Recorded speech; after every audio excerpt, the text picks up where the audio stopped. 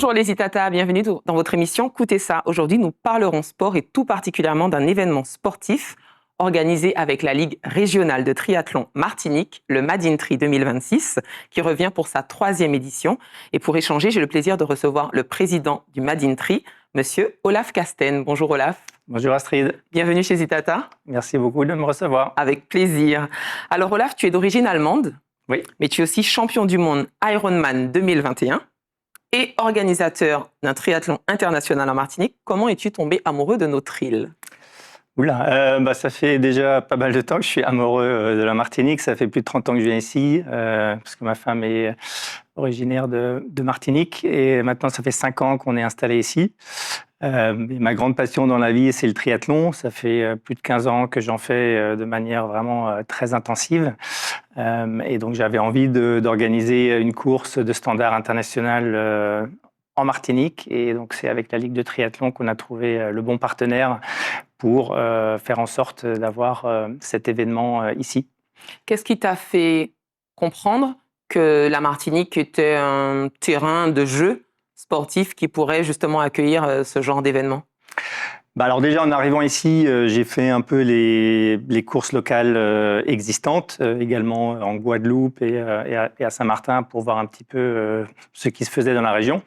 Et après, j'ai quand même vu assez vite qu'il y avait quand même toutes les conditions nécessaires pour faire une course qui est vraiment intéressante d'un point de vue international, c'est-à-dire avoir un cadre vraiment idyllique. Et donc nous, on fait la natation à Anse-Corps-de-Garde qui est vraiment à Sainte-Luce, oui, qui est sublime avec le rocher du Diamant derrière.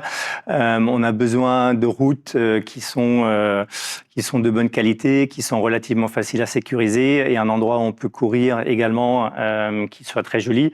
Donc on a réussi à finalement identifier un endroit où c'est vraiment parfait pour faire ça. Et donc c'est ça qui m'a finalement donné envie de me lancer et de faire cet événement. D'accord. Alors, tu es quand même champion du monde Ironman en 2021. Ceux qui ne connaissent pas, c'est quoi exactement cet exploit ? Donc, Ironman, c'est vraiment la discipline reine du triathlon, avec donc 3800 mètres de natation, 180 km de vélo, ce qui est équivalent à une étape du Tour de France et un marathon à la fin, donc 42 km. On enchaîne les 3 activités. Et on enchaîne les 3 en perdant évidemment le moins de temps dans les transitions. Donc, pour les meilleurs, les professionnels, aujourd'hui, ils mettent 7h30. Pour quelqu'un comme moi, c'est plutôt entre 9h15 et 9h30 quand j'ai un bon jour. Et on a le droit de faire ça jusqu'à 17h en général. Donc on commence souvent très tôt le matin pour les derniers finissent à minuit. Et donc il y a les championnats du monde, c'est à Kona, Hawaï, endroit aussi assez mythique. Oui. Et donc moi, après une carrière finalement en finance où j'avais besoin d'un nouveau challenge et quelque chose pour me remonter le moral. Un petit challenge, hein, le moral avait besoin d'être remonté clairement. Et donc je suis tombé là-dedans et j'ai adoré dès le début. Et donc ça fait plus de 15 ans maintenant que je fais de la longue distance. Je suis allé 8 fois au championnat du monde et j'ai eu la chance en 2021 de gagner une fois dans ma catégorie. Et c'est vraiment un style de vie, donc même ici, il y a peut-être à différentes échelles, mais je continue toujours à m'entraîner. Je me suis requalifié pour les championnats du monde à Hawaï en octobre cette année. Et donc, ça permet aussi de motiver d'autres personnes. On est 4 cette année, 5 même cette année, dans le club Madina Bikers, dans la section triathlon, à faire un Ironman, ce qui a jamais été le cas en Martinique jusqu'ici. Donc, avec ma propre pratique, avec le Madintri à côté également pour essayer de motiver les jeunes en faisant venir des professionnels du top 100 mondial. On essaye de développer le triathlon en général et de faire un maximum pour donner un peu l'exemple sur voilà, qu'est-ce que c'est d'avoir une course de standard international, c'est quoi toutes les choses qu'on peut faire, c'est quoi toutes les prestations qu'on peut offrir pour remonter le niveau en général. Ouais. Mais qu'est-ce qui attire dans l'extrême? Parce qu'on est quand même dans de l'extrême dans l'Ironman. Qu'est-ce qui fait que tu as encore envie? C'est de la souffrance aussi. Il y a du plaisir, mais qu'est-ce qui fait que tu y retournes? Alors c'est une bonne question. Moi, je suis assez compétitif, donc c'est vrai que le triathlon c'est quand même quelque chose que tu peux faire en étant vieux. Et toujours en étant bon. Donc c'est vraiment de l'endurance pure. Donc il y a un vrai suivi médical, c'est vraiment un régime drastique ou... Non, parce qu'au bout d'un moment, quand on s'entraîne énormément, finalement... le corps étant une machine. Il faut plus manger suffisamment pour bien récupérer des séances, etc. Mais c'est vrai que ouais, c'est vraiment une discipline où il y a toujours quelque chose où on peut encore s'améliorer, parce qu'il y a 3 disciplines dans le sport, donc il y a toujours... que ce soit la natation, la course à pied ou le vélo, quelque part où on doit encore, où on pense en tout cas qu'on peut encore s'améliorer, même si évidemment, moi j'ai plus de 50 ans, donc je sens bien que tous les ans, la performance est plutôt en train de baisser, mais on arrive toujours à faire avec les technologies également, que ce soit vélo ou course à pied qui continue à s'améliorer, on arrive toujours à faire des belles choses, même en vieillissant. Mais bien sûr. Alors là est organisée la 3e édition du Madin Tri. Donc c'est une course qui se revendique d'envergure quand même internationale. Donc on en parle dans un petit moment. On regarde tout d'abord quelques images.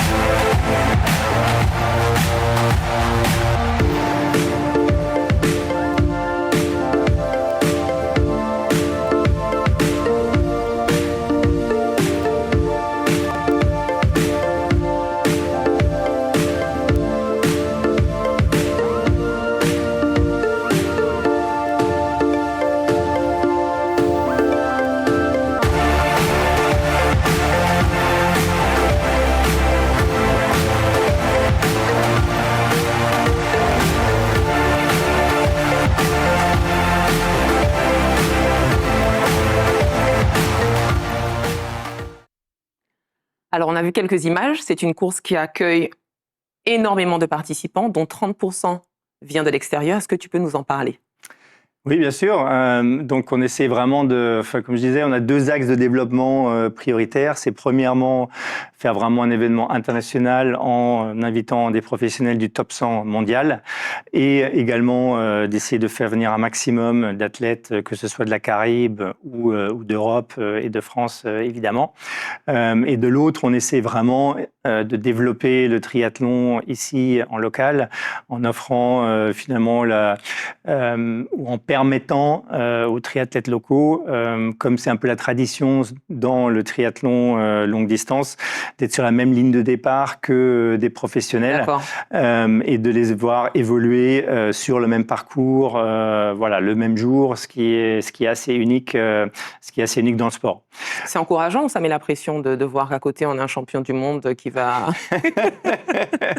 Ça met toujours un petit peu la pression, mais donc cette année on a décidé d'avoir 5 femmes professionnelles uniquement sur la ligne de départ, qui sont entre la 50e et la 120e place mondiale. On a 2 Allemandes, 2 Françaises, une Italienne.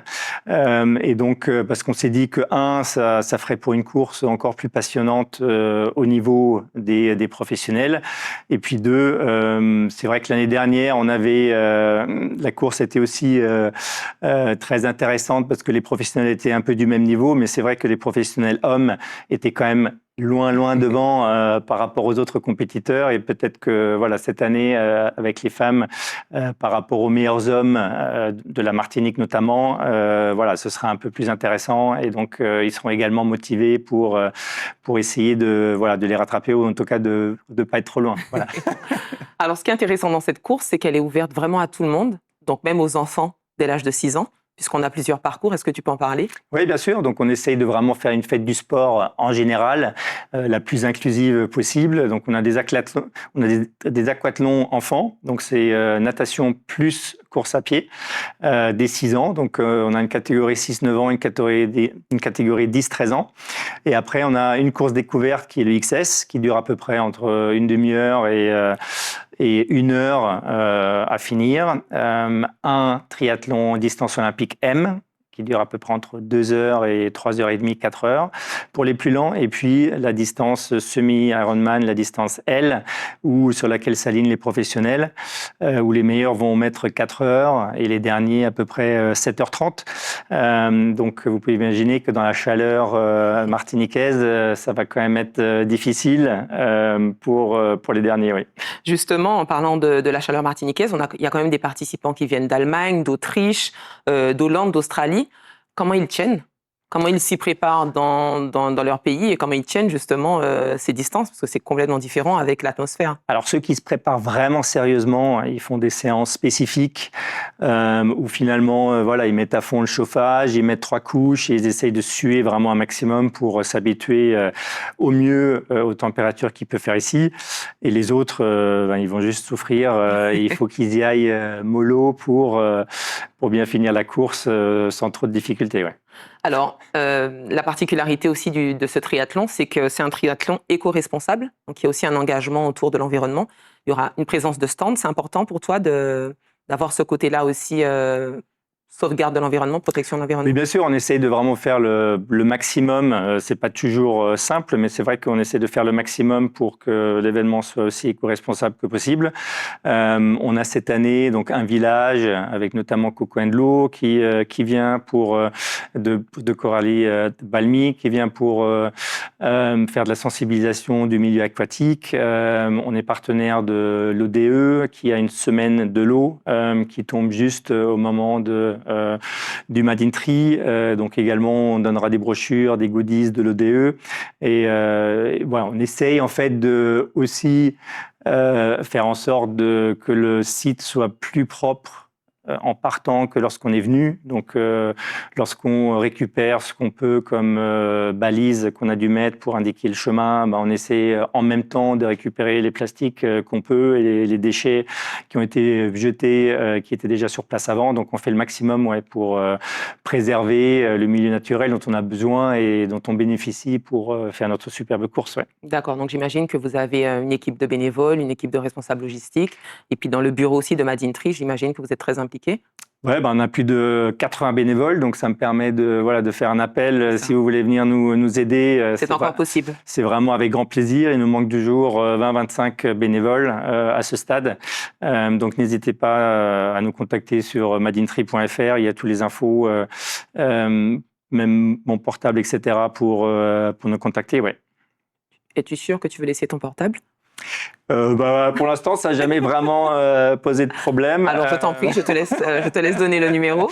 Mais le numéro, c'est le 06 96 03 99 05. D'accord. Donc, si vous voulez nous aider ou si vous avez des questions, de toute façon, il est sur le site et n'hésitez pas. Très bien. Alors, on rappelle le lieu de cette course, c'est à Sainte-Luce. Oui. Le départ sera où? La première épreuve, justement, qui commence le triathlon, ce sera quoi? Donc, la première épreuve, toujours la natation. Et donc, on part à 6h15 précise. Donc, n'hésitez pas à venir très tôt et à encourager à voir le spectacle. Les derniers vont finir à 13h30. Donc, c'est la fermeture des parcours. Mais c'est sûr qu'on part très tôt pour permettre aux gens au maximum de bénéficier de températures clémentes aussi longtemps que possible. Là, les inscriptions sont encore ouvertes? Les inscriptions sont ouvertes jusqu'à jeudi soir avant la course. Donc, on essaye toujours donc, on a des tarifs qui augmentent au fur et à mesure. Donc, maintenant, on est dans la dernière, évidemment, dans la dernière partie. On essaye évidemment d'encourager les gens de s'inscrire le plus tôt possible pour que nous, en tant qu'organisateurs, on ait une visibilité sur le nombre de personnes et les choses qu'on doit organiser. Mais oui, la tradition locale est plutôt d'avoir un maximum de personnes qui s'inscrivent la dernière semaine. Donc, on attend encore pas mal d'inscriptions à venir. Ouais. Donc, on rappelle, c'est une course ouverte aux néophytes comme aux professionnels. Donc, tout le monde peut s'inscrire. Il y a différents parcours. En plus, même sur le M et le L, on permet de faire ces courses en relais. Et donc, on a donc les gens qui sont uniquement nageurs, qui font uniquement du vélo ou uniquement course à pied peuvent également participer à la fête en participant. Faire leur discipline de prédilection. Exactement. Très bien. Merci beaucoup, Olaf, pour cet échange. Merci beaucoup. Avec plaisir. Merci aux Itata de nous avoir suivis. On espère que vous serez très nombreux à vous inscrire pour cette magnifique course qui aura lieu le 19 avril à Sainte-Luce. Et puis quant à nous, on se dit à très bientôt pour un autre Écoutez ça.